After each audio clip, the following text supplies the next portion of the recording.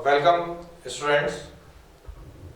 जैसे कि last lecture में हमने प्रोडक्शन के बारे में जाना था और उसके बारे में बात करी थी, तो आज एक्चुअल में उसे थोड़ा सा आगे बढ़ाते हुए बात करते हैं मॉडर्न प्रोडक्शन की।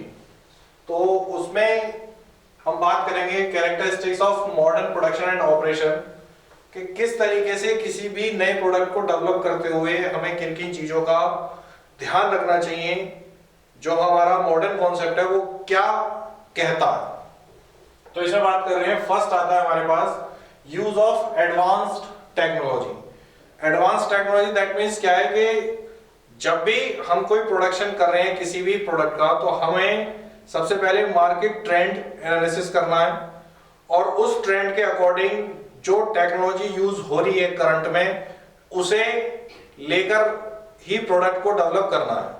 जैसे इसमें बात आई है कि modern production system rely heavily on advance technologies such as automation, robotics, computer aided design, जिसे कैड कहते हैं शॉर्ट में, computer aided manufacturing CAM, and artificial intelligence AI.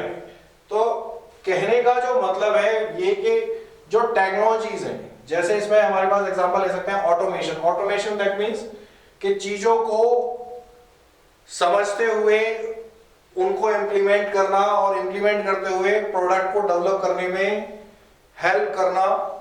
दूसरा हमारा रोबोटिक्स, के हर काम मैनुअल ना होके उसे थोड़े परफेक्शन से किया जाए, ठीक है। तो वो किसके थ्रू होता है, वो जैसे रोबोटिक्स के थ्रू होता है। इधर आगे हमारे पास कंप्यूटर एडेड डिजाइन या कंप्यूटर एडेड मैन्युफैक्चरिंग। तो बेसिकली हम जो बनाना चाहते हैं वो सारी इंफॉर्मेशन हम एक पर्टिकुलर सॉफ्टवेयर के थ्रू सिस्टम को बता रहे हैं और सिस्टम फिर उस इंफॉर्मेशन को गैदर करके जो आउटपुट है उसको निकाल के हमें दिखा रहा है कि जो एक पर्टिकुलर परसेप्शन है उसे रियलिटी में कन्वर्ट करके दिखाना। वो चीज किसमें आती है, हमारे पास मॉडर्न टेक्नोलॉजीज के अंदर आती है।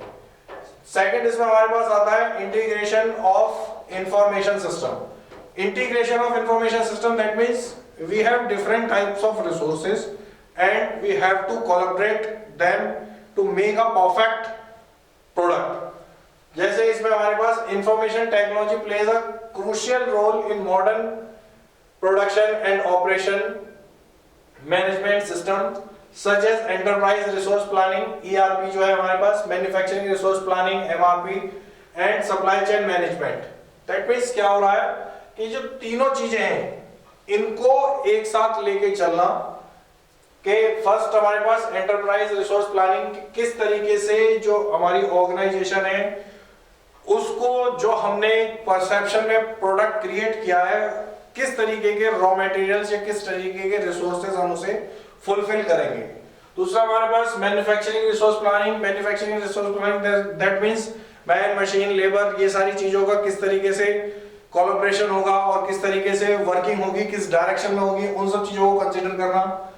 नेक्स्ट इसमें हमारे पास आता है supply chain management. Supply chain management that means a product manufactured of one place and provided to the whole of the area.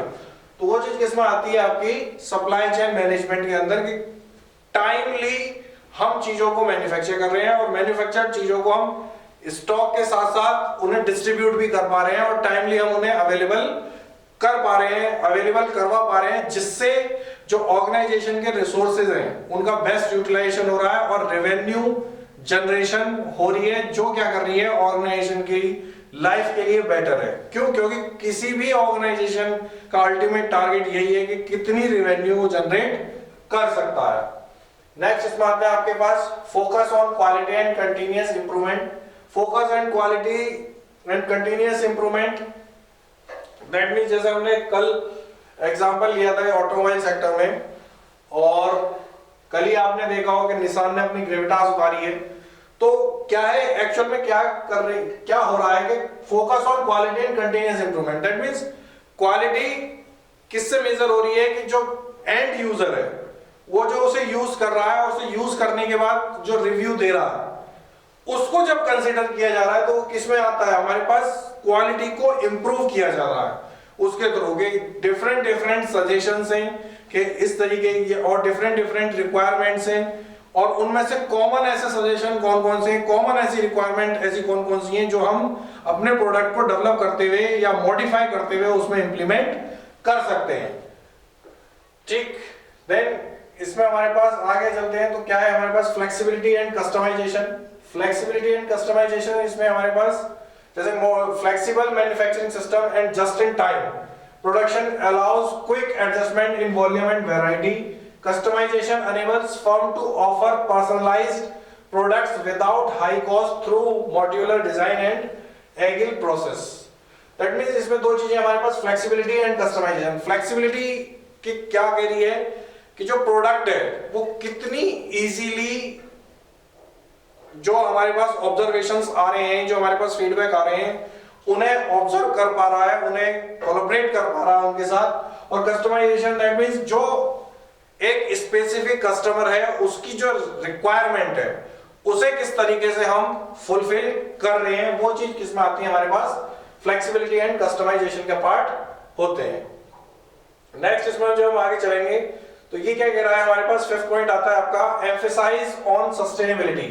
Emphasise on sustainability that means sustainability has become an essential characteristics of modern production and operation. Organisation focus on eco friendly practices such as waste reduction, recycling, energy efficiency and green manufacturing। तो कहने का मतलब क्या है कि जब sustainability की बात हो रही है और उस पर भी जोर दे के बात हो रही है कि एम्फसाइज ऑन सस्टेनेबिलिटी, तो कहना क्या चाह रहे हैं कि जब भी प्रोडक्शन हम किसी भी चीज का कर रहे हैं तो हम ये ध्यान रखें कि जो वेस्टेज ऑफ द प्रोडक्ट है वो क्या है हमारी मिनिमम टू मिनिमम है, और जो रिसोर्स यूटिलाइजेशन है वो मैक्सिमम टू मैक्सिमम है। दूसरा, कोई भी अगर आज के टाइम में कोई भी फैसिलिटी हम डेवलप कर रहे हैं तो state of the art facility होनी चाहिए। तीसरी इसमें चीज ये आती है कि क्या है कि जो हमारे पास क्या है कि एनवायरमेंट फ्रेंडली और ग्रीन मैन्युफैक्चरिंग होनी चाहिए।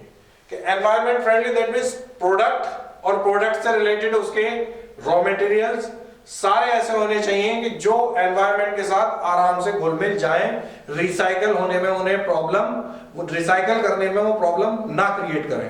वो सब चीजें किसमें आते हैं हमारे पास एम्फसाइज ऑन सस्टेनेबिलिटी में। इसीलिए प्रोडक्शन सिस्टम जो मॉडर्न कॉन्सेप्ट है वो ये कहता है कि जो हम जिस भी चीज का प्रोडक्शन कर रहे हैं उसको हम ये ध्यान पे रख के चलें कि वो सबसे पहले इको फ्रेंडली हो, जो एनवायरनमेंट पे नेगेटिव इंपैक्ट मिनिमम डाले। नेक्स्ट इसमें हमारे पास आते हैं scope of production and operation management. देखिए स्कोप क्या होता है कि चीजों को कहां तक, चीजों से कहां तक काम करवाया जा सकता है या कहां तक उनकी पहुंच हो सकती है। तो इसमें फर्स्ट आता है आपका प्रोडक्ट डिजाइन एंड डेवलपमेंट। तो production operation and production system हमारे पास क्या कर रहा है कि बेसिकली वो प्रोडक्ट डिजाइन एंड डेवलपमेंट का काम कर रहा है, जो बिल्कुल इनिशियल फेज में कि हम किस तरीके से कोई प्रोडक्ट जब हम बनाना चाह रहे हैं जो हमारे परसेप्शनल फेज में है, उस फेज से उसको रियलिटी में कन्वर्ट करने के लिए जो डायरेक्शन क्रिएट किए जा रहे हैं वो आते हैं हमारे पास प्रोडक्ट डिजाइन एंड डेवलपमेंट के अंदर। जैसे इसमें बात करें कि this involves the conceptualization, creation and improvement of products. Efficient products design meets customer needs and ensures economical and feasible production. कि बिल्कुल क्या कह रहा है कि जो प्रोडक्शन एंड ऑपरेशन मैनेजमेंट है वो क्या कह रहा है कि जब भी कोई भी प्रोडक्ट बन रहा है तो उसमें चीजें क्या है कि कॉन्सेप्ट क्या है, कॉन्सेप्ट उस प्रोडक्ट का बिल्कुल क्लियर होना चाहिए कि उसके क्या क्या इंपैक्ट होंगे, अगर उसे वो मैन्युफैक्चर होगा तो कितना इंपैक्ट डालेगा, किस तरीके की उसकी फ्यूचर सेल होगी, जो प्रेजेंट में जो हमारे कॉम्पिटिटर्स हैं उनके पास क्या क्या अवेलेबिलिटी है और हम हमारे प्रोडक्ट में क्या अवेलेबल करवा रहे हैं। वो सारी चीजें किसमें आते हैं हमारे पास कॉन्सेप्चुलाइजेशन में। Creation and improvement of product that means के उस कॉन्सेप्ट को रियलिटी में लेके आना, और improvement of product that means अगर वो प्रोडक्ट रनिंग में है या पहले से एग्जिस्ट कर रहा है तो उसमें मॉडर्न जो सिस्टम है उसके अकॉर्डिंग हम क्या चेंज कर सकते हैं। वो सारी चीजें क्या है हमारे पास इंप्रूवमेंट ऑफ प्रोडक्ट्स में आती हैं। और इससे होगा क्या कि जब डिजाइन हमारे पास अच्छा होगा तो क्या होगा कि एक तो हम उसे बेटर मैन्युफैक्चर कर सकते हैं। दूसरा, जो हमारे पास कॉम्पिटिटर प्रोडक्ट है उनसे डिफरेंस शो करने में आसानी होगी। और तीसरा, ये सब करने के बाद जो टारगेट है रेवेन्यू जनरेशन का, उसे हम अचीव कर पाएंगे। नेक्स्ट इसमें हमारे पास आता है आपका प्रोसेस डिजाइन, कि किस तरीके का प्रोसेस चलने वाला है, किस तरीके का प्रोसेस होगा। तो इसमें बात करते हैं किसमें कि जैसे process design refers to planning the methods and procedures of production. It includes deciding the sequence of operation, selection of equipment and work flow to achieve efficiency and quality. कि इसमें आप ये देख सकते हैं कि क्या चीजों को मेंशन किया गया है कि प्रोडक्शन एंड ऑपरेशन क्या करेगा, उसका जो स्कोप है वो कहां चीजों को लेके जाएगा, किन किन चीजों पे वो वर्क करेगा। तो जैसे इसमें बोला गया है कि the sequence of operations, deciding the sequence of operation, that means कि प्रोडक्ट का रॉ मटेरियल किस तरीके का होगा, किस तरीके का उस पे वर्क होगा, किस तरीके का फिनिश प्रोडक्ट है बन के निकल के आएगा, क्या हमारे पास पैकेजिंग होगी, उस पैकेजिंग के थ्रू हम उसे कहां-कहां सप्लाई कर सकते हैं, सप्लाई के बाद वो किस तरीके से कहां-कहां सेल आउट होगा, वो सारी चीजें क्या है हमारे पास सीक्वेंस ऑफ ऑपरेशंस में। Then selection of equipment, selection of equipment that means किन किन टेक्नोलॉजी से या किन किन इक्विपमेंट से, किन किन मशीनरीज के थ्रू उस प्रोडक्ट को हम बनाएंगे। फिर इसमें आता है आपका work flow to achieve efficiency, जो हमारे पास वर्क फ्लो है उसकी जो इफिशिएंसी है उसे किस तरीके से हम अचीव कर रहे हैं। नेक्स्ट इसमें आता है हमारे पास कैपेसिटी प्लानिंग। कैपेसिटी प्लानिंग क्या मतलब है कि capacity planning ensures that the production system can meet present and future demand. देखिए क्या कह रहा है कि प्रेजेंट एंड फ्यूचर डिमांड, के प्रेजेंट में प्रोडक्ट की क्या डिमांड है और जब वो रनिंग में आएगा, जब उसकी सेल्स जनरेट होगी तो फ्यूचर में उसकी क्या डिमांड हो जाएगी। वो चीजें किसमें आते हैं हमारे पास कैपेसिटी प्लानिंग में, कि किस तरीके से हम अगर आगे मार्केट एक्सपेंड कर रहे हैं तो मैन्युफैक्चरिंग को एक्सपेंड करने के लिए हमारे पास जगह अवेलेबल है या नहीं, हमारी फ्यूचर प्लानिंग किस तरीके की है, वो सारी चीजें किसमें आती हैं हमारे पास कैपेसिटी प्लानिंग के अंदर आती हैं। It involves long-term decisions related to facilities, machinery and workforce. Next हमारे पास इसमें आता है आपका facility, layout and location. Facility, layout and location means जैसा इसमें आप देख सकते हैं कि क्या है कि this functions determines the best location for production units and the most suitable layout within the plant. कि best location for production unit, best location for production unit that means easy to availability of land, labour, machine, daily uses of resources for the labour. ये सारी चीजें किस तरीके से हमारे पास available हो रही है। And suitable layout with in the plant, suitable layout with in the plant that means कि जो प्रोडक्ट डिजाइन किया हुआ है पहले से और उस डिजाइन को जब हम अपने प्लांट में जब मैन्युफैक्चरिंग में इंप्लीमेंट कर रहे हैं तो जो जितने सारे इक्विपमेंट, मशीनरीज हम यूज कर रहे हैं वो वाकई उस प्रोडक्ट को मैन्युफैक्चरिंग करने में हेल्प कर रहे हैं या नहीं कर रहे हैं। इन चीजों का कंसीडरेशन किसमें आता है हमारे पास फैसिलिटी, लोकेशन एंड लेआउट में। नेक्स्ट इसमें हमारे पास आता है आपका टेक्नोलॉजी मैनेजमेंट। जब हम स्कोप की बात कर रहे हैं तो technology management adopting and integrating new technologies to improve productivity, quality and flexibility in operation. क्या हो रहा है कि जो टेक्नोलॉजी है वो क्या है, ह्यूमन फ्रेंडली है, कि इजी टू अंडरस्टैंड है, कि हम किसी को ये बता रहे हैं कि इस टेक्नोलॉजी का काम ये है, इस तरीके के प्रोडक्ट पे वर्क करेगा और वर्क करने के बाद उसकी पर्टिकुलर आउटपुट ये आएगी। तो वो क्या है, वो चीज आसानी से समझाई जा सकती है। वो चीज किसमें आती है हमारे पास टेक्नोलॉजी मैनेजमेंट में। क्यों? क्योंकि जब तक हम समझा नहीं पाएंगे तब तक हम चीज जो प्रोडक्ट है उसके जो रेवेन्यू जनरेशन का टारगेट है उसे हम अचीव नहीं कर पाएंगे। क्यों? क्योंकि क्या है कि जब हम समझा रहे हैं उसको समझने के बाद ही जो मैन और मशीन का तालमेल है वो बैठ रहा है और उसे बैठाने के बाद ही प्रोडक्ट को रियल टाइम में फिजिकली कन्वर्ट किया जा रहा है।